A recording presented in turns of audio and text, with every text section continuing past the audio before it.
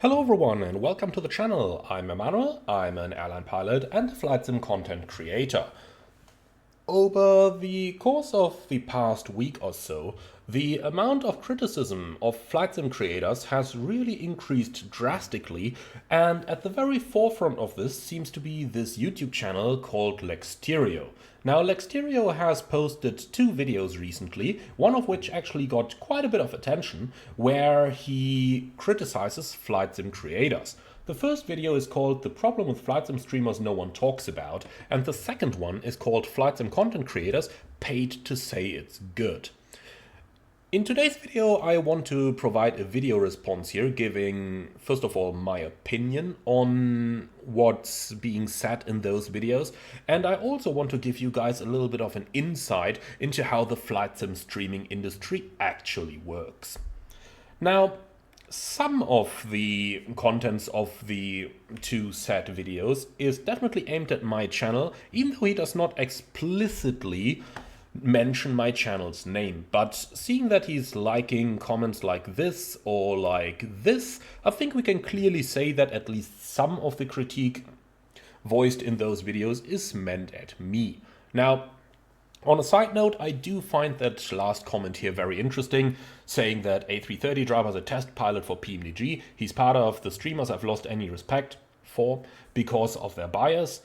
There is only a few very good and neutral respected streamers, one of them being Captain Blackbox 711, who isn't paid by any company and won't ambush a review. Now, it's kind of funny this guy mentions Blackbox, because Blackbox, I deeply respect him. He was one of the streamers who inspired me to start my own channel, and you will see a lot of similarity between my early content with the 737 with his Airbus content. But saying that he is not affiliated with any company is just bluntly wrong, because he is a technical advisor for both FS Labs and Phoenix, just like I'm a technical advisor to PMDG. So yeah, that's that. Nonetheless, it should be worth saying that neither of us gets paid for what we actually do, advising those two companies. We simply do it for free because we do want to get the best possible add-on and because we believe in those developers to be able to achieve that. So, no, neither of us is paid, but Blackbox still is on two companies' teams. Nonetheless, do check out his channel. I can absolutely recommend him. He's a great guy, and we do often use his engine out guidance on this channel here as well, but he's got so many good videos, you absolutely should check him out. But now, let's get back to Lexterio, and let's get back to his critique on flight sim streamers. So today I really want to look into this particular video here, with the lovely thumbnail saying I'm not sponsored by this trash. Now, in the other video, interestingly enough, Lexterio does say that he does not like clickbait. That's how he literally opens this other video, and now he uses a thumbnail like this. But let's get to the actual content.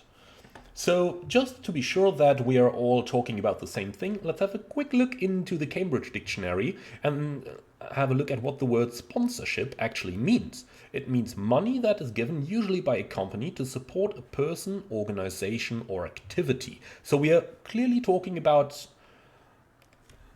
Lexterio making allegations against flight sim streamers that they would get paid in order to say that a product is good. They would get paid to lie about a product. That's his main message over here. But let's go ahead and have a listen ourselves. Hello and welcome back to the channel. In this video, we're going to take a look at flight sim content creators being paid to say the good things and really more about sponsors. Let's And he dive goes in. on to say that... But there is an issue with the flight sim community right now, and that is primarily because of sponsorships and content creators. And then he says... There are a ton of developers in the flight sim community, big and small, and no matter which one you look at, big or small, they both do some sort of sponsorship. Now, I simply outright have to say that this is not true. I mean, I would love it to be true. So, Lexterio, if you do know which companies that would be who do offer sponsorships, then please do let me know, because who would say no to free money?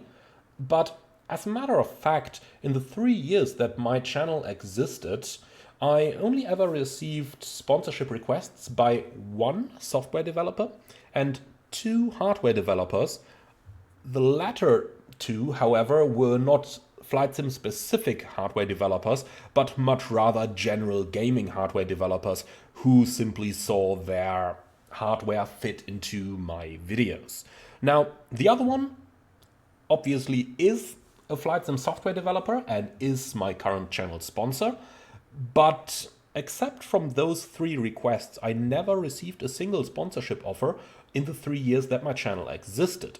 At this point, it may be worth pointing out that at least of the serious Flt-Sim streamers, so those who attempt to simulate realistically and not go down the fun route such as Swiss001, but of the serious Flt-Sim streamers, I do believe my channel to be the one that's growing the quickest. So I would be led to believe that if there were so many developers out there, if there were a ton of developers in the Flt-Sim community, big and small, and no matter which one you look at, they both do some sort of sponsorship, then I would probably have received such requests. Now, the kind of offer that you do receive as a Flt-Sim content creator is, hey, do you want a free copy of my product in order to feature it on your videos? However, that's explicitly a free copy, that's not a paid sponsorship.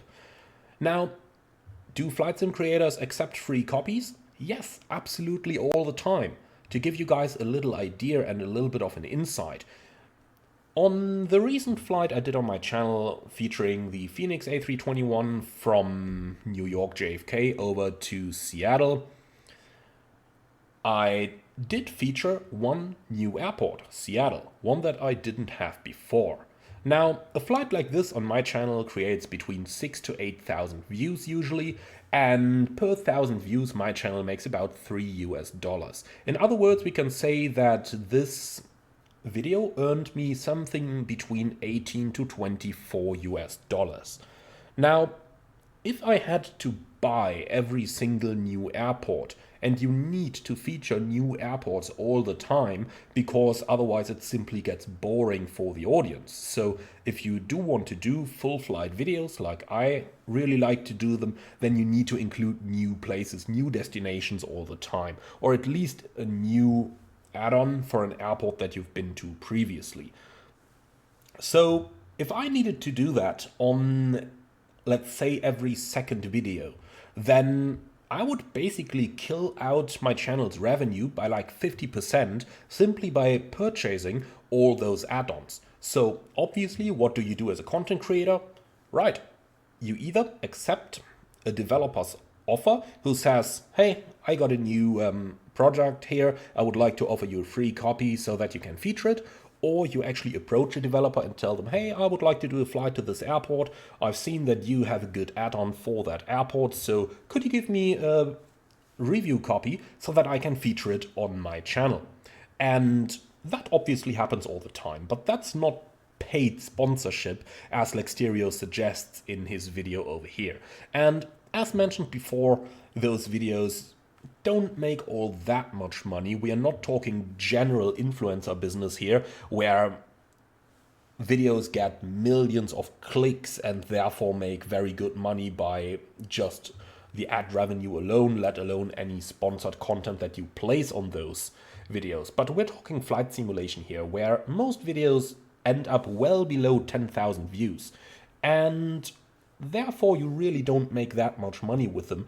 And in order to make any meaningful profit at the end of the month at all, you basically rely on getting those free review copies of the products.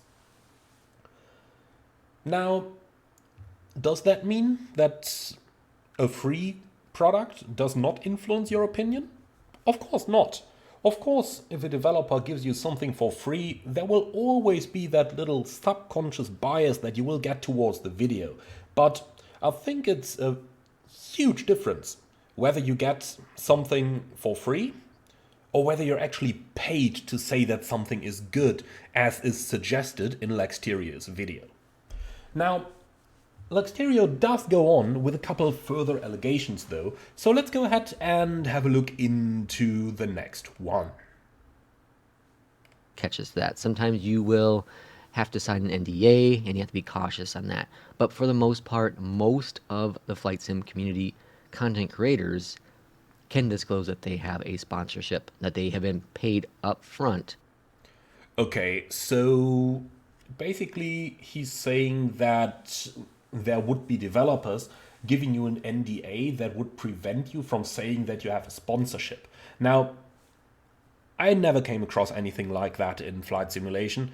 Now, first of all, because sponsorships are typically not existent at all, but any NDA that would prevent you from saying that you have a sponsorship would first of all be against the law in many countries, and secondly would be against the YouTube terms of service, which require you to mark a checkbox when uploading a video that advises any user that a video includes paid content.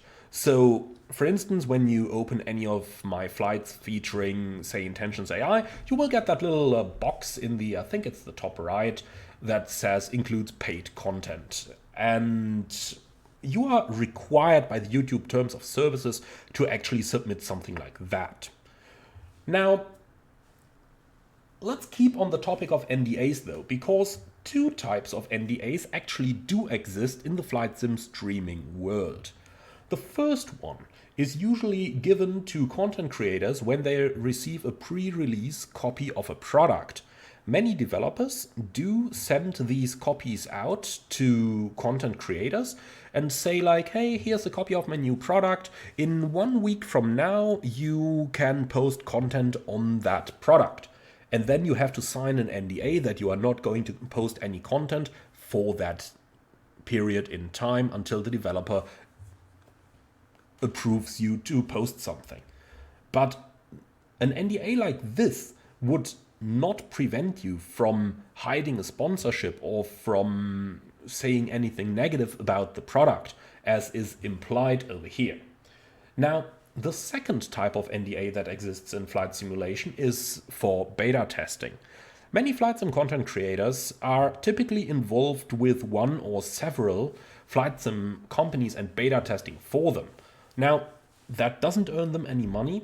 I'm not aware of any flight sim company who would actually pay you to beta test, but flight sim content creators are typically the type of person who want to achieve the best possible thing for their hobby, and therefore beta testing new products is something that they regularly do. And of course you are going to get an NDA saying that you're not allowed to talk about the ongoing beta test, and that you are basically not allowed to post any type of content about an ongoing beta test.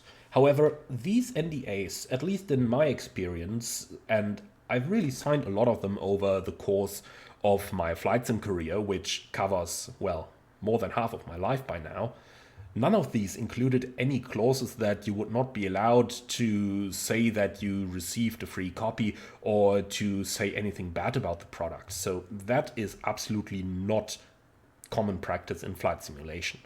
Obviously, there may have been a developer or two who did something like that, but if that happened, it didn't happen to me, and at least for the past 3 years that my channel existed, and also for the time before that where I've been beta testing flight sim products, I can confidentially say that I have never been offered an NDA that would restrict me from saying anything negative.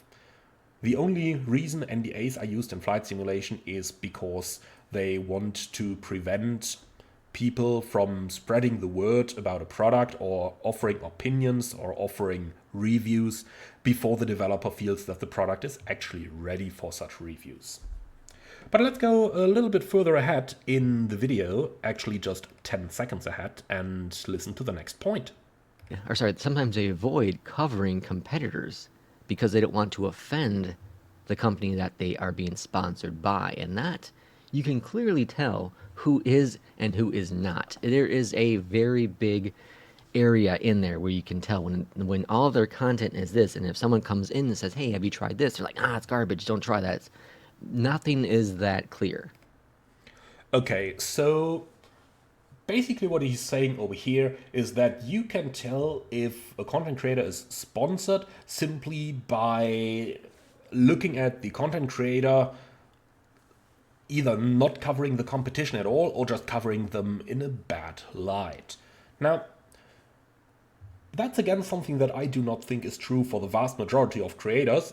Again, there may be some who do that kind of stuff, but I think I can confidentially say that the vast majority of creators does not do that, and we can have a good look at an example of why you cannot generalize this in the way that Lexterio has done by just looking at my very own channel.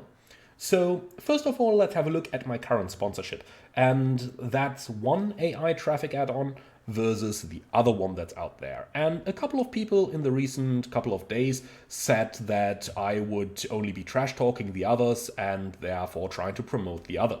Now, it is true that I have not featured that competing add-on over the past, I don't know, half a year, whatever time it's been. And that I focused on obviously the one that I'm getting sponsored for over the past week or so. Now, does that mean that I have never tried the competition, or that I just, let's say that I just want to talk bad about the competition? No, not at all. In fact, you can find me featuring the competition on the channel in the past, but you will also find that I didn't really like them that much, and then when I got the sponsorship offer of my current sponsor, I tried the add-on, I saw the potential in it, and therefore I explicitly did not only turn it into a sponsorship, but into a partnership, because I want to improve that add-on as well. Again, that's closing the loop to what I said earlier, with people like Blackbox working for FS Labs and Phoenix, or myself helping PMDG. That's again the very same thing over here, just with the exception that this particular one case does actually earn me some money. Now, can you generalize that if you feature one product but not the other, that you are sponsored by that one product? Absolutely not. And let's have a look into an example on my personal channel that provides the exact proof to what I just said. And that's the Phoenix Airbuses versus the FS Labs Airbuses. Now, the Phoenix Airbuses were released round about at the same time at the PMDG 737, and I did cover them from almost right at the beginning on. Now, back then I did not even ask for a preview copy or a review copy because my channel was just much too small back then. So I just bought them myself, and when the 319 and 21 came out, I just bought them myself as well, because I want to support developers who create something that I'm using like all the time. Now, when the FS Labs A321 came out, I did ask them for a review copy, never got a response, and to be completely honest, I simply didn't want to pay any money for it, because the Phoenix Airbuses did everything that I want my Airbus simulation to do, and in fact the Phoenix Airbuses did pretty much everything that FS Labs advertised their aircraft to do as well. So I just didn't see the reason to spend a huge chunk of money on that FS Labs Airbus when I already have something that does pretty much the same. And ultimately, for this reason, I never ended up featuring the FS Labs, while I did feature the Phoenix. However, does that mean that I'm getting sponsored by Phoenix? No, absolutely not. I bought their products just like every other customer did. Now, let's go on to one further theory in the video before concluding in a summary. And that thesis happens right at the 6 minutes and 6 mark, so let's have a listen into that. Obviously, if you ignore what the community criticism is, that's a major issue. If you defend sponsors against legitimate feedback, well, that's an issue as well. And then most recently, this is the trend I'm seeing recently, and this has gone back a couple months now, but if you start to randomly be sponsored for a product that's been out for a while, that is a clear sign of something going on. And we can combine this with a theory posted at 7:53 into the video. And seen criticism.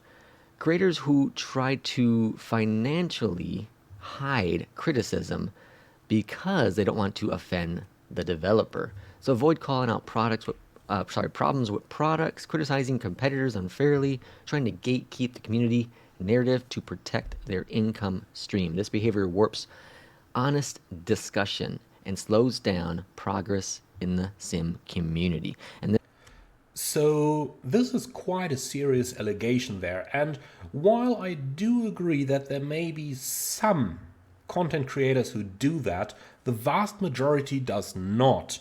At this point, I would really have appreciated if Lexterio would have outright given a couple of examples of what has happened that he allegates here, but saying that Flt-Sim content creators would get paid in order to censor the community is a theory that I can absolutely not support.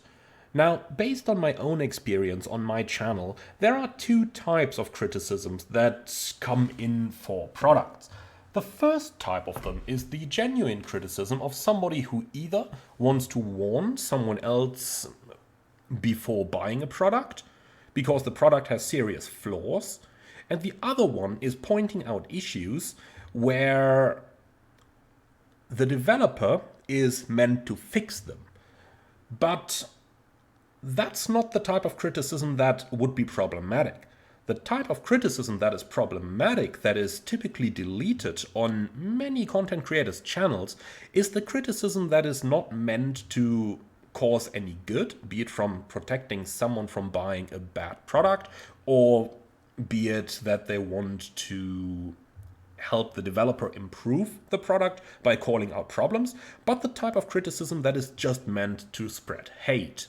Now, this happens all the time and probably actually is the greater part of the criticism that I can read across the internet. So looking into Facebook groups, into Reddit topics, looking into my own comment section, there are so many people who are just like, yeah, this totally sucks and the developer is an idiot and the streamer is as well.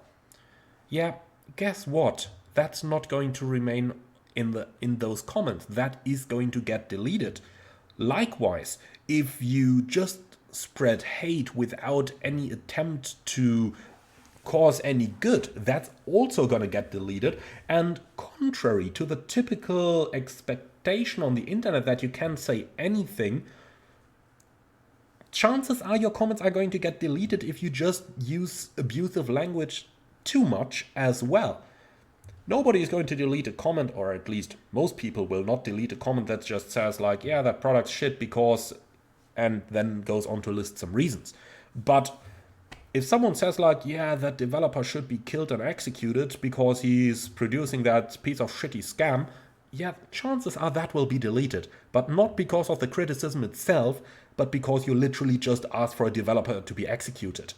And that's not only illegal, that is also something that most creators don't want to see on their channels. Now, that was a lot of criticism on Lexterio's video, and we haven't even touched on the other one yet. If you do want me to go into the other one as well, then do put it into the comments below. But I do not just want to criticize here, because I actually do think that Lexterio has a very good intention behind the video. He might just have fallen for the belief or for the common narrative that influencers are so easy to buy, and he might just have noticed that so many people out there on the internet read those theories saying that influencers make hundreds of thousands of dollars and that you could easily buy any type of sponsorship. Now, that may or may not be the case for some influencers with millions of views. Again, I don't have that many, so I can only tell you from my own experience here. But there is one point of criticism in Lexterio's video that I think is very, very valid. And that's the point that I want to use to close my own video feedback over here. So I do absolutely agree with Lexterio that there is some types of content that's getting produced for flight simming, but also in all other types of the internet. So this is not flight sim specific. And that's the fact that if you want to be seen on the internet, if you want to matter, you have to only speak in superlatives. So for example, you could only take a video and not call it like, yeah, an above average add-on is being released, No, you have to say it's the very best ever. Otherwise, the YouTube algorithm is just going to filter you out. Or at least significantly reduce the amount of your views. And that's something that some creators are hopping onto. So there are some channels, not many, but some, where you really only see clickbaits in the thumbnails, in the titles, and then you go to the videos, and the videos themselves aren't all that bad. Some are, many aren't, but it seems like everyone needs to put those superlatives in the title.